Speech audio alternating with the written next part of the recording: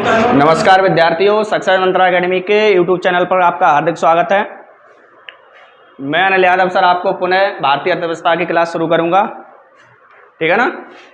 जैसा कि कल मैंने आपको पढ़ाया था मुद्रा के बारे में, मुद्रा का विमुद्रीकरण क्या होता है या मुद्रा का अवमूल्यन क्या होता है, ये दो चीज़ें कराई थी मैंने आपके लिए।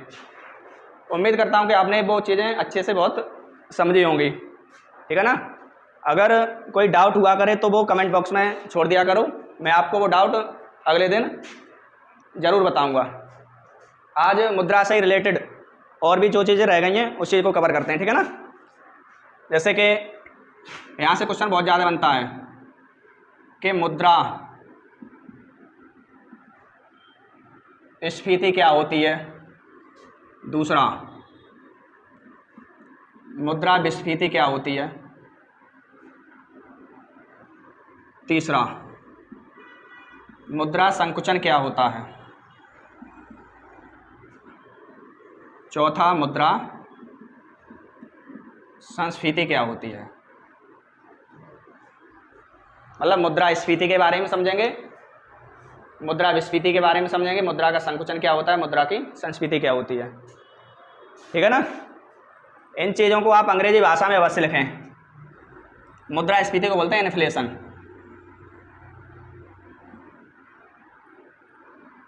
क्योंकि इकोनॉमी एक ऐसा विषय है जहाँ पर कुछ शब्द ऐसे होते हैं जो हिंदी में अच्छे से ना तो समझ आते हैं और कई बार हिंदी शब्दों का अर्थ इधर से उधर हो जाता है ना। तो मुद्रा स्फीति को बोलते हैं इन्फ्लेशन, विस्फीति को बोलते हैं डिसइन्फ्लेशन।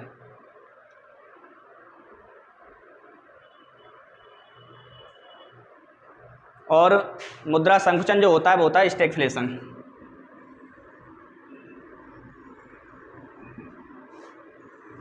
और ये होता है मुद्रा संस्फीति जो होता है रिफ्लेक्शन।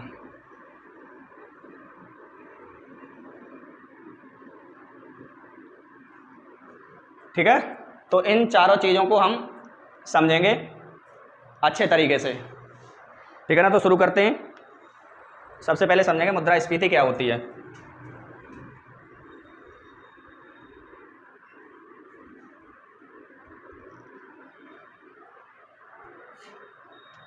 तो मुद्रा स्फीति बताएगा कोई, क्या होती है मुद्रा स्फीति, बताओ पहले। तो मुद्रा स्फीति की सबसे साधारण परिभाषा तो यह है कि मुद्रा की मात्रा का बढ़ना, मुद्रा की मात्रा का बढ़ना। अगर आपसे पूछे कि मुद्रा स्फीति किसे कहते हैं तो मुद्रा स्फीति में आप ये बताएंगे कि मुद्रा की मात्रा का बढ़ना क्या कहलाता है, मुद्रा की स्फीति, ठीक है ना। मुद्रा की मात्रा का बढ़ना किसकी तुलना में, तो तुलना कराएगा तो वस्तु तथा सेवा।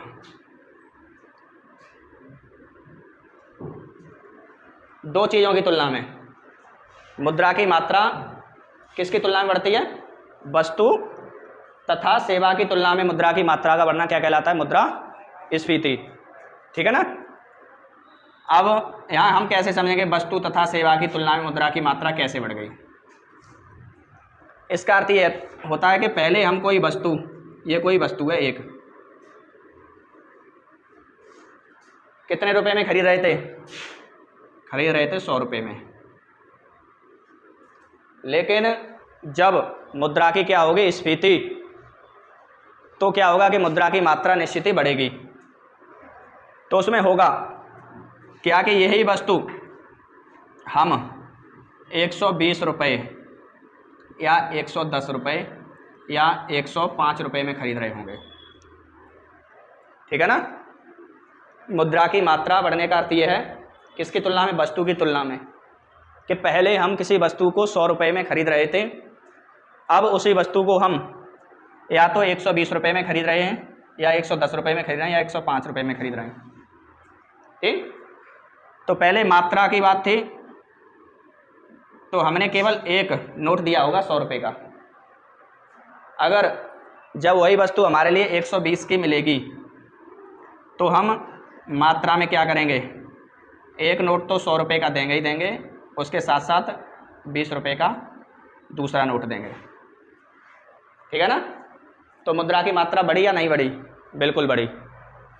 तो क्या देगा हमने कि वस्तु या सेवा की तुलना में जब मुद्रा की मात्रा बढ़ती है तो उसे हम मुद्रा क्या कहते हैं? स्फीति कहते हैं। एक चीज़ हमने वस्तु से उदाहरण लिया, दूसरा समझते हैं हम सेवा से, ठीक है ना।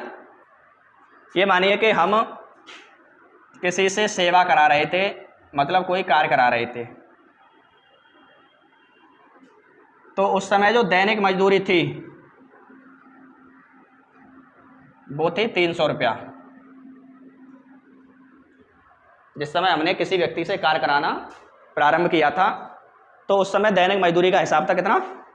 300 रुपया। लेकिन जैसे ही मुद्रास्फीति हुई तो मैंने बताया आपके लिए कि मुद्रा की मात्रा बढ़ेगी। मुद्रा की मात्रा बढ़ेगी तो हमको क्या करना पड़ेगा कि उसकी जो मजदूरी थी मुद्रास्फीति के बाद हो गई 400 रुपया, ठीक है। तो हुआ ये कि पहले मान लो कि 100 रुपये के हम 3 नोट दे रहे थे, अब 100 रुपये के हमको 4 नोट देने पड़ेंगे। तो इससे क्या हुआ? इससे ये हुआ कि यहाँ मुद्रा की मात्रा बढ़ गई। इसी को मुद्रा स्फीति कहते हैं, ठीक है ना।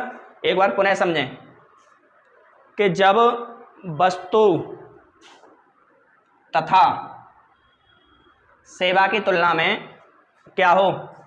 मुद्रा की मात्रा बढ़ जाए तो उसे हम क्या कहेंगे? इन्फ्लेशन, मुद्रास्फीति, ठीक है। यहाँ मैंने आपको वस्तुओं के संबंध में ही बताया है कि पहले कोई वस्तु आप 100 रुपये की खरीद कर लाए थे तो उसके लिए आपने एक नोट दिया था 100 रुपये का, लेकिन जब मुद्रास्फीति हुई तो उसी वस्तु का या तो आप 120 दे के आएंगे या 110 या 105। तो अब 100 रुपये का तो एक नोट दे रहे हो, लेकिन साथ साथ 20 का, 5 का, 10 का जो भी आपको देना पड़ा, तो मुद्रा की मात्रा बढ़ानी पड़ी। ऐसे ही सेवा के संबंध में किसी व्यक्ति से आपने कार्य कराया था मुद्रास्फीति से पहले तो उस सेवा या कार्य का आपको दैनिक मजदूरी के देना पड़ा था 300 रुपये। लेकिन जैसे ही मुद्रास्फीति हुई तो क्या हुआ कि उसकी मजदूरी हो गई 400 रुपया, तो आपको 100 के 4 नोट देने पड़ेंगे, मतलब मुद्रा की मात्रा बढ़ी। तो इन तथ्यों से निष्कर्ष ये निकलता है मुद्रास्फीति से, पहला तो स्टेटमेंट ये है कि वस्तु तथा सेवाओं की तुलना में मुद्रा का मात्रा बढ़ना क्या कहलाता है? मुद्रास्फीति। क्या आप इन दोनों उदाहरणों से ये निष्कर्ष या रिजल्ट नहीं निकाल पाए कि महंगाई दर बढ़ गई?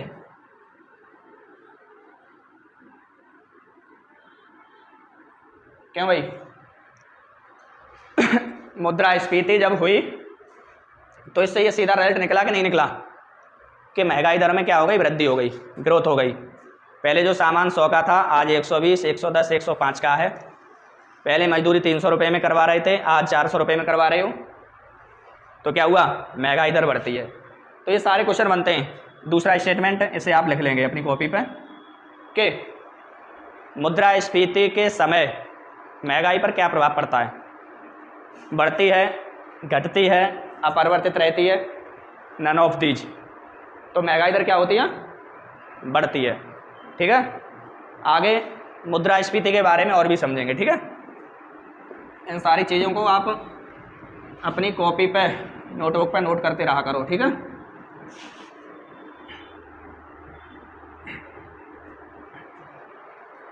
अच्छा, मुद्रास्फीति में एक बात तो निश्चित है कि जब मात्रा बढ़ती है किसकी? मुद्रा की, तो उसकी कीमत, जिसे आप वैल्यू, क्या होगी? घटेगी कि नहीं घटेगी? डिक्रीज होती है। प्रश्न तीसरा बनकर तैयार हो गया, क्या कि मुद्रास्फीति में मुद्रा की मात्रा तो बढ़ रही है, मैंने ऊपर कर दिया, ग्रोथ का साइन है, ठीक है, किंतु इसके विपरीत मुद्रा की जो वैल्यू थी, जो कीमत थी, वो क्या हो रही है, निरंतर घट रही है, ठीक है ना। और वैसे भी आप जानते हो कि किसी चीज़ की अगर मात्रा बढ़ा दी जाए तो उसकी कीमत ऑटोमेटिक गिर जाती है, ठीक है। जैसे कि आप आज इच्छा रखते हो कि मेरे पास क्या होनी चाहिए, एक मोटरसाइकिल होनी चाहिए, तो उस मोटरसाइकिल की आपकी नज़रों में कितनी बड़ी कीमत है, बहुत बड़ी कीमत है। लेकिन कुछ समय बाद जब वो मोटरसाइकिल आपके घर पे आ जाएगी तो उसकी कितने दिन तक कीमत रखोगे, या कितने दिनों वैल्यू रखोगे, महीने, 2 महीने, 4-6 महीने, साल भर, ठीक है। अगर एक और बाइक घर में आ जाती है, पुरानी वाली की कीमत कम हो गई, एक और आ जाती है और कीमत कम हो गई, मतलब मोटरसाइकिल की तुम्हारी नज़र में कोई कीमत नहीं रही। अब कीमत किसकी है, 4 व्हीलर की। कीमत किसकी है, 4 व्हीलर की, क्योंकि अब इच्छा 4 व्हीलर की है। तो वैसे ये होता है कि जब मुद्रा की मात्रा बढ़ती है तो कीमत उसकी घटती है। ये अपने आप में प्रश्न है कि मुद्रास्फीति के समय मुद्रा की कीमत पर क्या प्रभाव पड़ता है, ठीक है। अब इसी कीमत से ही हम आगे चलते हैं थोड़ा और। जो क्रय शक्ति होती है किसकी, मुद्रा की। मुद्रास्फीति में मुद्रा की क्रय शक्ति पर क्या प्रभाव पड़ता है, कई बार क्वेश्चन एग्जाम में देखने को मिला है। तो क्रय शक्ति मतलब खरीदने की शक्ति। पहले तो मुझे आप ये साधारण सी बात ये बताइए कि किसी गिरी हुई चीज़ को या किसी गिरी हुई वैल्यू की वस्तु को कोई खरीदना चाहेगा? जिस वस्तु का मार्केट में कोई वैल्यू नहीं है ना, उसकी कीमत ही नहीं है, तो उसे कौन खरीदना चाहेगा, कोई नहीं खरीदना चाहेगा। तो क्रय शक्ति पर क्या प्रभाव पड़ेगा बताइए, बढ़ेगी या घटेगी या परिवर्तित रहेगी? मुद्रास्फीति में मुद्रा की क्रय शक्ति पर क्या प्रभाव पड़ता है? तो क्रय शक्ति घटती है। इस चीज़ को आप नोट कर लो अच्छे से। संभवतः ये सारी चीज़ें एक ही सेंटेंस से जुड़ी हुई थी। कैसे कि मुद्रास्फीति में मुद्रा की मात्रा पर क्या प्रभाव पड़ता है, मात्रा बढ़ती है। वस्तु और सेवाओं की तुलना में मात्रा बढ़ती है तो महंगाई दर बढ़ेगी, सीधी सी बात है। महंगाई दर बढ़ेगी या ये मात्रा बढ़ेगी तो उसकी कीमत घटेगी, और जब कीमत घटेगी तो मुद्रा की क्रय शक्ति या जो खरीदने की शक्ति है वो भी घटेगी, ठीक। क्योंकि कोई भी व्यक्ति नहीं प्राप्त करना चाहेगा इस प्रकार की मुद्रा जिस मुद्रा की कोई कीमत नहीं हो। मैं और भी उदाहरणों से आपको बहुत अच्छी से समझाऊंगा। अभी आगे चलते हैं, ये सारी चीज़ें आपने नोट कर ली होंगी, ठीक है।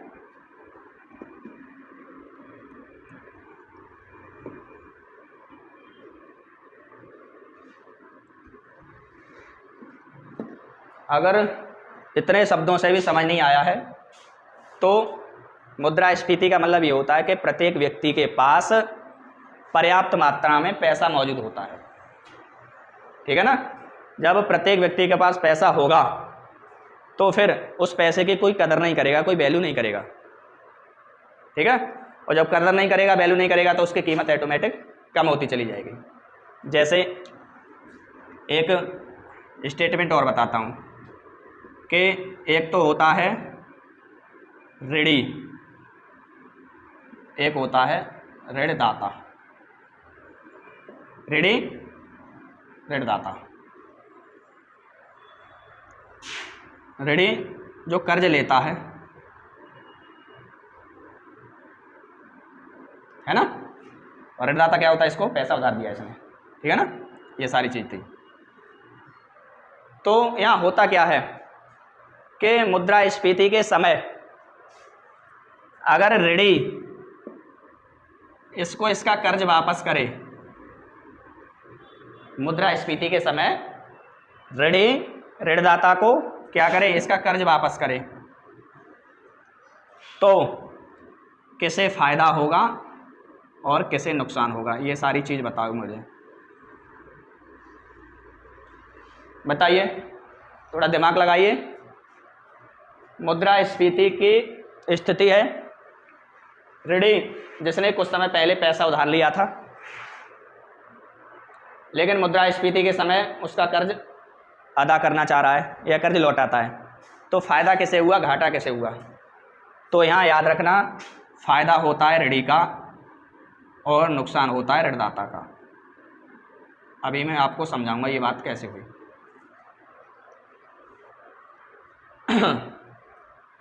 इसको सीधा आप 8 नवंबर 2016 से कनेक्ट कर दो।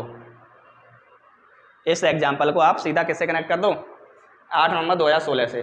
मतलब क्या होता? मुद्रा का विमुद्रीकरण, है ना। और मुद्रा के विमुद्रीकरण में क्या हुआ था कि 500, 1000 के नोट पूरी तरह बंद। ठीक है। तो हुआ यह था कि उस समय क्या 500 या 1000 के नोटों की कोई कीमत थी? मुझे बताइए। तो आप कहेंगे कि कोई कीमत नहीं थी सर, है ना। उस समय आपको कोई कर्ज अदा करने आ जाता, जैसे आपने 2 महीने, 4 महीने, 6 महीने पहले कर्ज दिया था, 1 लाख रुपया, 2 लाख रुपया, जितना भी। उस समय अगर आपको वो पैसे देने आ जाता और वो कहता कि लो 1-1000 के नोट हैं, 500-500 के नोट हैं, ये आपका कर्जा, इसे आप रख लो, तो निश्चित ही आपको उस समय पसीना आ गया होता। आप क्या कहते कि भाई ऐसा करो, आप ये जो कर्जा है 1 महीने बाद दे देना, 2 महीने बाद दे देना, 3 महीने, 4 महीने बाद दे देना। क्यों? क्योंकि मैंने आपको सीधा बता दिया, उस समय मुद्रा की जो वैल्यू थी, कीमत थी, वो इतनी घट चुकी थी कि मुद्रा को कोई लेने के लिए तैयार ही नहीं था, मुद्रा को कोई खरीदने के लिए तैयार ही नहीं था। इसीलिए फ़ायदा किसने कर लिया? ऋणी ने। कैसे कर लिया? क्योंकि इसे बैंक की लाइन में नहीं लगना पड़ा, है ना, इसे बैंक के धक्के नहीं खाने पड़े। ये तो गया चुपचाप तरीके से कर्जा लेके उसको वापस कर दिया। नुकसान किसे हो गया? ऋणदाता को। क्यों? अब ये कहाँ जाएगा? बैंक में जाएगा, लाइन में लगेगा, जमा करने के सारे प्रूफ जुटाएगा, तब जाके इसके पैसे जमा होंगे। तो मुद्रास्फीति में क्या समझे? जब ऋणी ऋणदाता को उसका कर्ज लौटाता है तो फायदा ऋणी को होता है, नुकसान ऋणदाता को होता है। ठीक है ना। तो ये सारी चीज़ें समझ में आ रही हैं, और समझ में आ रही हैं तो भाई कमेंट, लाइक, सब्सक्राइब ज़रूर करो, जिससे क्या होगा, मेरा भी हौसला बढ़ेगा और मैं तुम्हें निश्चित ही समय से क्लासें प्रोवाइड कराता रहूँगा। ठीक है ना। तो आगे चलते हैं इसी में। मुद्रास्फीति को कंट्रोल करने का क्या उपाय है? कैसे इसे कम किया जाए? कम करने के उपाय क्या बता सकते हैं कि मुद्रास्फीति जो हो रही है या बढ़ रही है उसको हम कम कैसे कर सकते हैं? बताइए ज़रा। तो मुद्रास्फीति को कम करने का उपाय है, हमको कर देना चाहिए विमुद्रीकरण। समझ रहे हो? विमुद्रीकरण ही मुद्रास्फीति का एक सबसे बड़ा उपाय होता है। ठीक है। मैं आशा करता हूँ, उम्मीद करता हूँ कि आप मुद्रास्फीति को बहुत अच्छे से समझे होंगे। ठीक है ना। और मुद्रास्फीति से आने वाले सारे क्वेश्चनों को आप हल कर पाएंगे। एक बार पुनः इसे रिपीट करते हैं कि मुद्रास्फीति होती क्या है। तो आप बताएंगे सर कि जब मुद्रा की मात्रा बढ़ जाती है तो उसे मुद्रास्फीति कहते हैं। अब प्रश्न पूछेगा कि किन की तुलना में मुद्रा की मात्रा बढ़ जाना? तो वस्तु और सेवाओं की तुलना में मुद्रा की मात्रा बढ़ जाना मुद्रास्फीति कहलाती है। ठीक। अच्छा, मुद्रा की मात्रा बढ़ती है या किसी भी वस्तु की मात्रा अगर बढ़े तो उस समय हमें ये अनुमान लगा लेना चाहिए कि मुद्रा की कीमत या वस्तु की कीमत ऑटोमेटिक घट चुकी होगी। और जब किसी वस्तु की कीमत घट जाएगी तो उसे फिर कोई खरीदना नहीं चाहेगा, और जब खरीदना नहीं चाहेगा तो इसका अर्थ ये होगा कि मुद्रा की जो क्रय शक्ति थी वो क्या हुआ? घट चुकी है। ठीक है ना। फिर आगे मुद्रा की कीमत तो बढ़ गई, कीमत कम हो गई, मात्रा बढ़ गई। इससे ये हुआ कि महंगाई दर भी बढ़ चुकी है। ठीक है। और इसे कैसे रोक सकते हैं, कैसे समाप्त कर सकते हैं? तो समाप्त करने का उपाय था कि विमुद्रीकरण आप करेंगे, ठीक है। आगे दूसरा टॉपिक समझते हैं, मुद्रास्फीति के बाद। मुद्रा विस्फीति,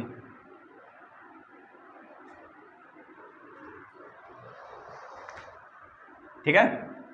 क्या है मुद्रा विस्फीति? डिसइन्फ्लेशन।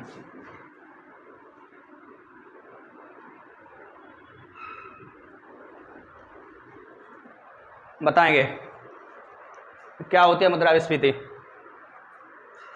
तो मुद्रा विस्फीति में आपको समझने के लिए कोई ज़्यादा बड़ी बात नहीं है। अब होता यह है कि जब आरबीआई, मौद्रिक नीति कौन तैयार करता है?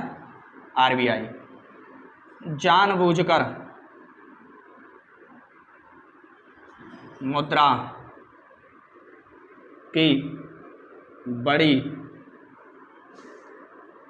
हुई मात्रा को समाप्त करने का प्रयास करती है, तो उसे मुद्रा विस्फीति कहते हैं।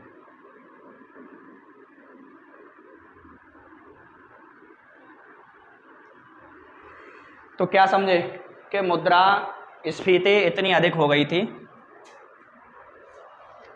कि उसको कंट्रोल करना अति आवश्यक होता है ना। मुद्रा स्फीति को कंट्रोल करेंगे कि नहीं करेंगे? बिल्कुल करेंगे। तो कंट्रोल करने की प्रक्रिया क्या कहलाती है? मुद्रा विस्फीति। तो ये क्या होता है? जानबूझकर होता है कि जब आरबीआई जानबूझकर मुद्रा की बढ़ी हुई मात्रा मतलब मुद्रा स्फीति को समाप्त करने का प्रयास करती है, तो उसे मुद्रा का क्या कहते हैं? विस्फीति कहते हैं। जैसे आप मुद्रा का विमुद्रीकरण, मुद्रा का विमुद्रीकरण करना है,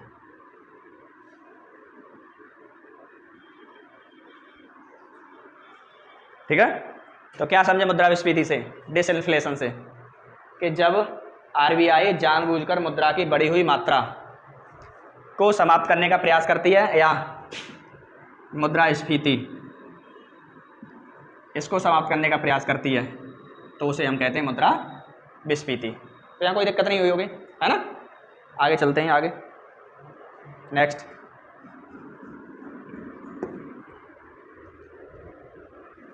समझ आ रहा है तो भाई बता दिया करो, कैसे पता पड़ेगा कि आप समझ रहे हो नहीं समझ रहे हो।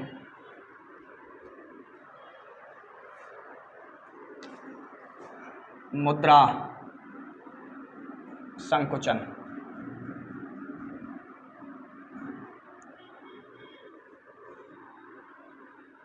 स्टैगफ्लेशन।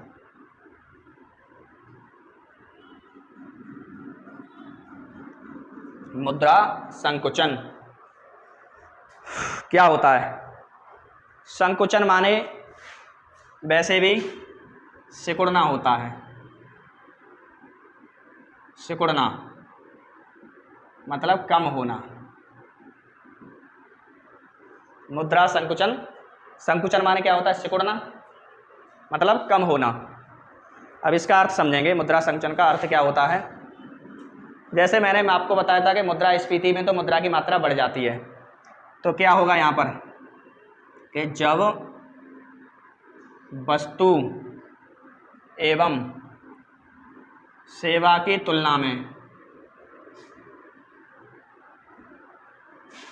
मुद्रा की मात्रा घट जाए तो उसे मुद्रा संकुचन कहते हैं। क्या समझे कि वस्तु और सेवाओं की तुलना में मुद्रा की मात्रा घटा दी हमने, कम कर दी, तो उसे क्या कहते हैं? मुद्रा का संकुचन हो गया। और ये निश्चित ही मुद्रा विमुद्रीकरण के बाद जो स्थिति उत्पन्न होती है, मुद्रा के विमुद्रीकरण के बाद जो स्थिति उत्पन्न होती है बाजार में, तो वो स्थिति मुद्रा संकुचन की होती है। इसमें होता यह है कि वस्तु और सेवा की तुलना में मुद्रा की मात्रा घट जाती है, ऑटोमेटिक होता है ये। इस बात को आप समझिए, ठीक है ना। अब मैं आपको समझा रहा हूँ आगे। जब मुद्रा की मात्रा घट जाए तो उसकी वैल्यू, कीमत पर क्या प्रभाव पड़ेगा, बताइए। जब मुद्रा की मात्रा घट जाए तो उसकी वैल्यू या कीमत पर क्या प्रभाव पड़ेगा, बताओ। तो उसकी वैल्यू, कीमत बढ़ जाएगी। बढ़ेगी या नहीं बढ़ेगी? अरे जब किसी वस्तु की मात्रा कम है तो उसकी वैल्यू ज़्यादा है, मात्रा ज़्यादा है तो उसकी वैल्यू कम है। जब वैल्यू उसकी बढ़ जाती है तो मुद्रा की क्रय शक्ति पर क्या प्रभाव पड़ता है, बताइए। क्रय शक्ति पर क्या प्रभाव पड़ता है? क्रय शक्ति बढ़ेगी। कौन व्यक्ति नहीं चाहेगा कि वस्तु की कीमत बढ़ी हुई है, मुद्रा की कीमत बढ़ी हुई है, तो प्रत्येक व्यक्ति मुद्रा को प्राप्त करने का प्रयास करेगा, ठीक। तो क्या समझे, जब वस्तु एवं सेवा की तुलना में मुद्रा की मात्रा घट जाए, कम हो जाए, मुद्रा संकुचन कहेंगे, सिकुड़ना, कम होना, अर्थ एक ही बात है। मुद्रा की मात्रा घट जाएगी तो उसकी कीमत अरे ऑटोमेटिक बढ़ जाएगी। और जब कीमत बढ़ गई किसी वस्तु की तो, या मुद्रा की, तो कौन व्यक्ति ऐसा है जो मुद्रा को खरीदना ना चाहे? हर एक व्यक्ति मुद्रा को खरीदना चाहेगा। इसको मैं अभी आपको व्यवहारिक एग्जाम्पल से जोड़ूंगा, ठीक है। तो उसकी क्रय शक्ति क्या होती है, बढ़ती है। जैसे फिर आ जाइए 2016 वाले एग्जाम्पल पे। 8 नवंबर 2016 विमुद्रीकरण मतलब नोटबंदी। यहाँ से समझिए, नोटबंदी। नोटबंदी के बाद जो पैसा मार्केट में बचा था वो या तो 100 रुपये के नोट बचे थे, या 50 रुपये के, या 20 रुपये के, या 10 रुपये के। क्यों भाई, बचे थे नहीं बचे थे? तो आपके नज़रों में इन नोटों की क्या कीमत थी, ज़्यादा या कम? बहुत ज़्यादा। आपका करीबी से करीबी व्यक्ति आपको 100 के 5 नोट, 10 नोट देने के लिए तैयार नहीं था। तैयार था? नहीं था। क्यों नहीं था तैयार?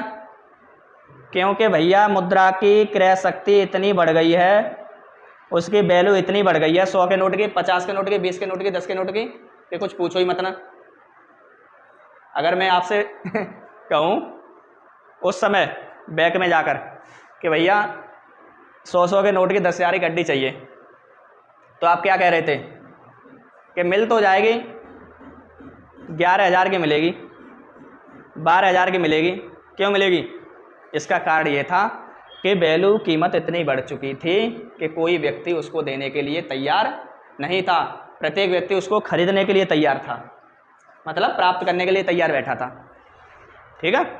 तो क्या समझे कि मुद्रा संकुचन में क्या होता है, वस्तु और सेवा की तुलना में मुद्रा की मात्रा कम हो जाती है, घट जाती है। और जब मुद्रा की मात्रा कम हो जाती है तो मुद्रा की कीमत बढ़ जाती है। कीमत बढ़ जाती है तो क्रय शक्ति भी भैया बढ़ेगी। इसमें कौन सी नई बात है? और हर एक व्यक्ति मुद्रा को प्राप्त करने का प्रयास करेगा। मैंने आपको ये अच्छे से एग्जाम्पल से समझा दिया है, ठीक है। पुनः उसी एग्जाम्पल पर आ जाते हैं, जैसा कि मैंने आपको किसमें, मुद्रास्फीति में बताया था।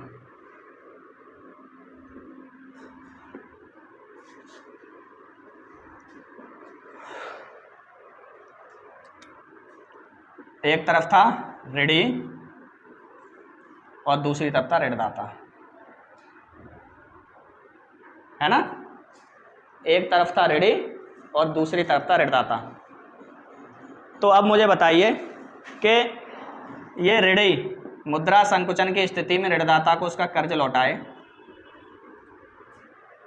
तो किसे फ़ायदा होने वाला है?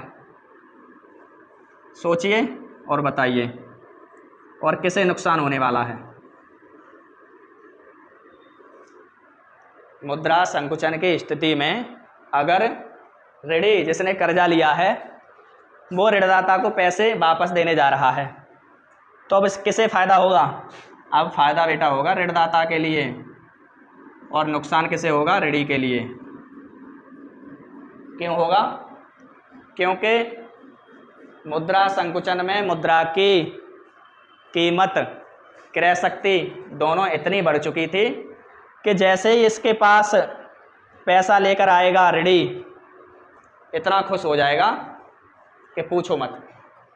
ये कहेगा भाई यार ऐसे समय पर पैसे लाके तूने दिए हैं, 100-100 के नोट, 50-50 के नोट, 20-20 के नोट, तू तो मेरा सबसे प्रिय साथी है, इससे बढ़िया और क्या हो सकता था मुझे?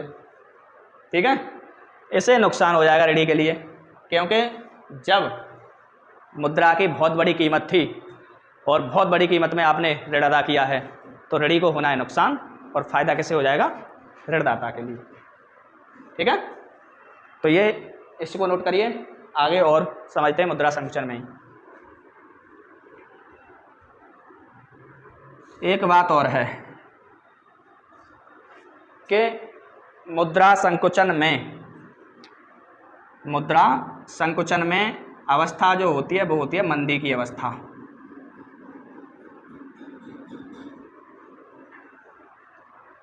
मुद्रा संकुचन में जो अवस्था होती है वो मंदी की अवस्था होती है, और मुद्रास्फीति में मैंने आपको बताई थी अवस्था जो होती है वो कौन सी अवस्था होती है? महंगाई की अवस्था होती है। तो मंदी की अवस्था बाजार में है, तो एक क्वेश्चन और मुझे बताइए कि यहाँ उत्पादक और उपभोक्ता,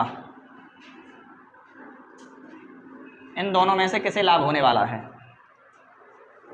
अगर मंदी की अवस्था है बाजार में, मार्केट में, तो उत्पादक और उपभोक्ता में से किसे लाभ होने वाला है? बताएं। तो देखिए मंदी की अवस्था में क्या होता है कि वस्तु के बाजार भाव में कमी। मंदी की अवस्था का अर्थ ये होता है कि वस्तु के बाजार भाव में कमी, इसी को तो मंदी बोलेंगे। ठीक, अच्छा, जो वस्तुएं हैं वो बाजार में भेजता कौन है? वस्तुओं को बाजार में भेजने का कार्य कौन करता है? क्यों? ये वाला जिसने वस्तु बनाई है, उत्पादक। वस्तुओं को बाजार में भेजने का काम कौन करता है? उत्पादक। और वस्तुओं के बाजार भाव में कमी आ चुकी है, तो उत्पादक को क्या लाभ होगा या फायदा? क्या हानि होगी? हानि होगी। होगी कि नहीं होगी? निश्चित ही हानि होगी। तो मुद्रा संकुचन में वस्तुओं के बाजार भाव में गिरावट आ जाती है। आपने अगर 2016 8 नवंबर नोटबंदी के बाद की स्थिति देखी है, तो आप इससे बढ़िया कुछ नहीं समझ सकते कि जैसे ही सरकार ने नोटबंदी करी थी, उस समय क्या हुआ था कि लोगों ने 500 और 1000 के नोट तो अपने बैंक में जमा कर दिए। उनके पास कुछ मात्रा में ही 100 का, 50 का, 20 का, 10 का नोट पैसा रह गया था। ठीक, जब आपके पास किसी सामान को खरीदने के लिए पैसे नहीं हैं, तो क्या होगा? जो बेचने वाला बैठा है मार्केट में, क्या वो आपसे ज़्यादा पैसे ले पाएगा? नहीं ले पाएगा। और जब ज़्यादा पैसे वो नहीं ले रहा, तो जो वस्तु को बना रहा है उसे भी ज़्यादा पैसे नहीं दे पाएगा। तो मुद्रा संकुचन में किसे हानि और किसे लाभ हो रहा है? उत्पादक को हो रही है हानि, और उपभोक्ता को क्या हो रहा है? लाभ ही लाभ।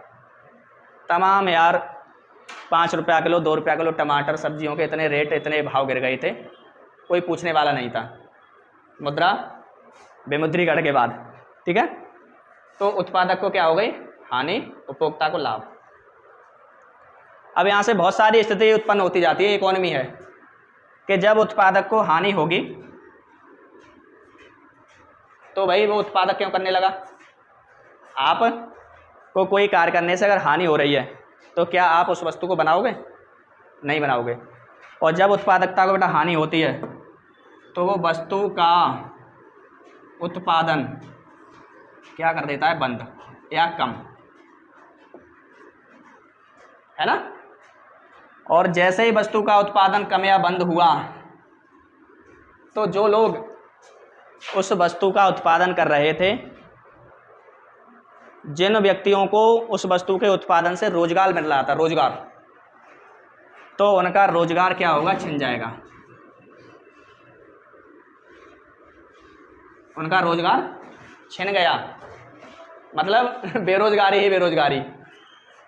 तमाम क्वेश्चन क्रिएट हो सकते हैं इससे, समझ रहे, मुद्रा संकुचन से, कि उत्पादकता को जब घाटा, हानि, तो वस्तु का उत्पादन या तो बंद करेगा या कम करेगा, और जब बंद करेगा या कम करेगा तो जिन व्यक्तियों को उसकी वजह से रोजगार मिल रहा था उनका रोजगार छिन जाएगा, और जब रोजगार छिन जाएगा तो लोगों की आय बढ़ेगी या कम होगी। आपका अगर रोजगार छिन जाए तो आपकी आय बढ़ेगी घटेगी, लोगों की आय क्या होगी, घटेगी। और लोगों की आय घटना ये अर्थव्यवस्था के अच्छे संकेत नहीं होते। आप इसे अच्छे तरीके से जानते हैं कि लोगों की आय का घटना किसी भी देश की अर्थव्यवस्था के लिए अच्छा संकेत नहीं है, ठीक है। तो मुद्रा संकुचन की स्थिति में पूरी अर्थव्यवस्था ही गड़बड़ा जाती है। इसे सरकार को बहुत जल्दी से सुधारना पड़ता है कि मार्केट में जल्दी से जल्दी मुद्रा को कैसे भेजा जाए।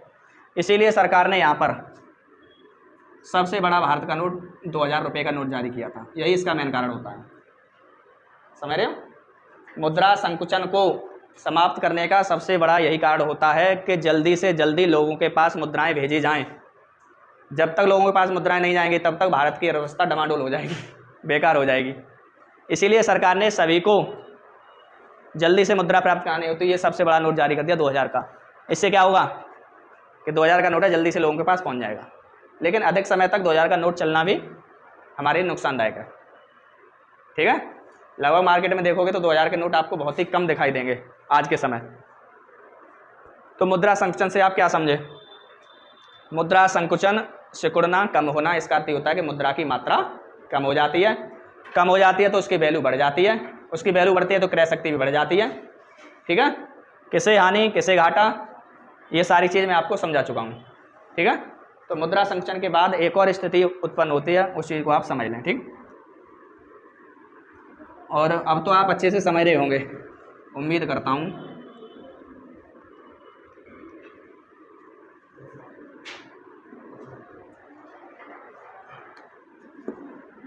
मुद्रा संस्फीति, रीइन्फ्लेशन,